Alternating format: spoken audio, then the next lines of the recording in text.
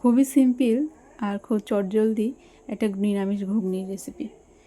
প্রথমেই আমি মটরটাকে 6-7 ঘন্টা মতো ভিজিয়ে রেখেছিলাম, তারপরেই ভালো করে ধুয়ে পরিষ্কার করে নিয়েছি। এবারে এটা কুকারে দেব কিছুটা জল দিয়ে মটরটাকে সেদ্ধ করার জন্য।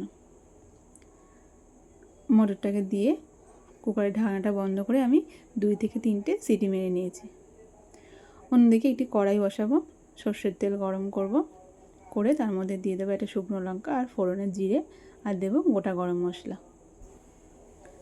ফোড়নটা একটু ভাজা ভাজা হয়ে গেলে তারপরে দিয়ে দেবো কেটে রাখা 2টো আলু।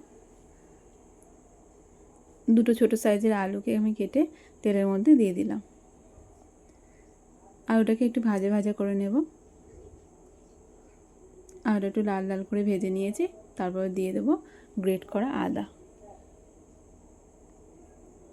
তারপরে দেবো এখানে বড় একটা টমেটো। তারপর দেবো লবণ। লবণটা দিলে টমেটোটা একটু নরম হয়ে আসবে। দিয়েছিলাম হলুদ গুঁড়ো।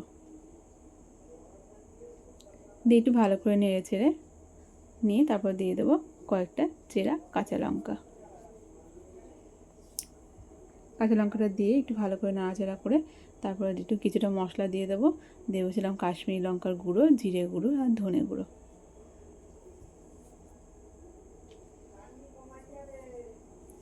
মশলাটা দিয়ে একটু ভালো করে কষে নিয়ে তারপরে দিয়ে দেবো আমি সেদ্ধ করা মটর।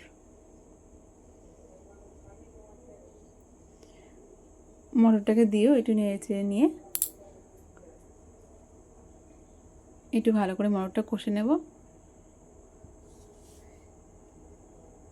দিয়ে দেবো পরিমাণ মতো জল। তারপর দিয়েছিলাম একটু মিষ্টি। তারপর দিয়েছিলাম গোলমরিচের গুঁড়ো, কাসুরি মেথি আর শাহি গরম মশলা।